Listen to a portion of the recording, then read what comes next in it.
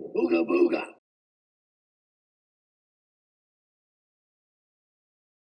So I saw Rebel Moon last week, and while I enter the movie with cautious optimism, I certainly didn't end there. This film is not good. It's a paradoxical mishmash of over-exposition and a lack of character development that really just leaves you more annoyed than entertained. However, that doesn't mean this film doesn't have potential. There is a story worth telling here. I mean, the film isn't breaking any new ground. You take Magnificent Seven and Star Wars and you have Rebel Moon. Formulaic, perhaps, but that is an entertaining idea. Unfortunately, the dialogue is clunky and unrealistic. Sometimes the narrative even contradicts background information that was given by the characters. As I've said, the story isn't anything we haven't seen before. An evil empire is extending its military might across the galaxy to rout out rebellion. The Imperial war machine happens across a small village of farmers, demands tribute, and threatens their lives. A young warrior, hiding amongst the villagers named Korra, sets out on a quest to find other fighters who would come and defend the village, and ideally rid the galaxy of certain evil. After collecting her crew, Korra is duped by one of her own. They're all captured, they escape, they fight the bad guy, and that's pretty much it. As the film progresses, we're introduced to several characters.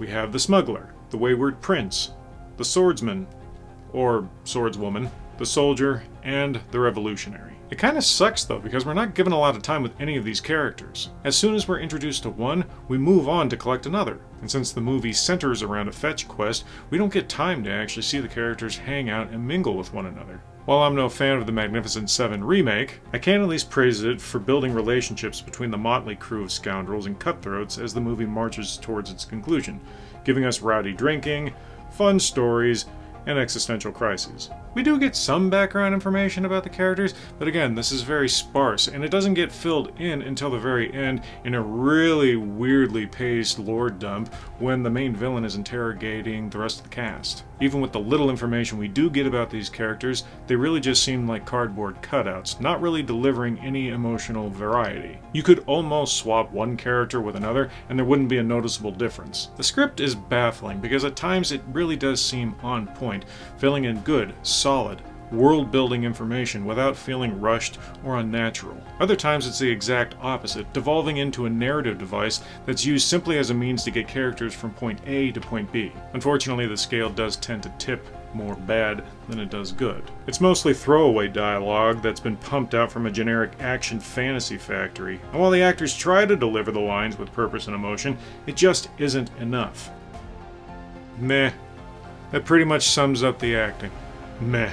I said the cast tries to convey genuine emotion, but that's pretty much all it is. An attempt. Very rarely does a character actually draw you in, and when it does, it's not even from the main ensemble.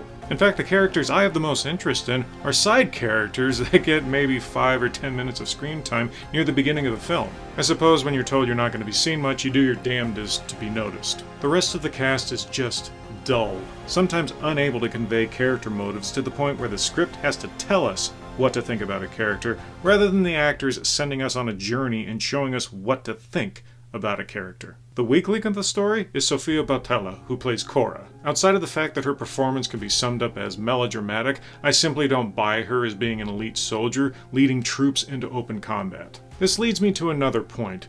Sofia Boutella is maybe 110 pounds soaking wet, and there are times when she's throwing fully grown men around like they're rag dolls. And I gotta tell you, when it came to that first fight scene that was showcased in the trailer, I got really nervous. Korra blocks 2 downward strikes from 2 burly dudes. That kind of crap doesn't happen. Luckily, that was my only real gripe with that sequence. The rest of the fight scene was handled, for the most part, in a fairly believable way, with Korra utilizing weapons and environmental elements to scrap with the enemy soldiers.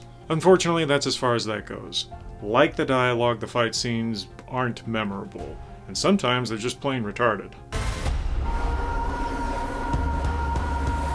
As I said before, there's a moment where the heroes are being interrogated by the main villain, Atticus Noble. They are completely restrained and incapable of moving, and they're surrounded by soldiers along with a gunship hovering nearby. Korra gets loose and begins firing at several dozen soldiers. At no point does anyone think to shoot any of the other characters who remain immobilized on raised platforms for several minutes. Everyone in this scene should have been turned to grease spots, and they all got out just fine. I'm sure not a lot of people would have liked this, but had most of the cast died, I would have dug the hell out of that. I like it when characters die. It elevates the danger, and it makes you think that no one is off limits. That's one of the reasons why Game of Thrones was so appealing. The main hero got killed at the end of the first season of the show. Zack Snyder, you beautiful bastard. I actually admire Zack Snyder's ability to cast a movie with competent actors who can usually convey solid emotion. I also usually enjoy his art direction, the sort of grungy feel that his worlds tend to have, that sort of lived-in feeling. For some reason, though, this film feels and looks pointless. The actors he got for the main roles of this movie might be the right choices, but he can't manage them to save his life. And the world feels nonsensical, with civilizations that are either too stupid to exist or they're technologically stunted, never mind the fact they have the ability to get modern equipment. Hell, even Owen Lars used droids to help with his moisture farm. Ultimately, Snyder fell short in his directorial duties, delivering a lackluster story with uninteresting characters wrapped up in a convoluted and poorly paced script. If you were expecting an adult answer to Star Wars, Rebel Moon isn't it. You might as well watch Andor. And while I would never tell anyone not to watch a movie, I wouldn't necessarily feel pushed to watch this film. It's not going anywhere. Thanks for watching. If you want more content, click on the video that's popping up on the screen right now. And just so you guys know, we're going to begin doing long-form content, starting with a full breakdown of Rebel Moon. So stay tuned for that. In the interim, like, subscribe, hit the bell. Booga booga.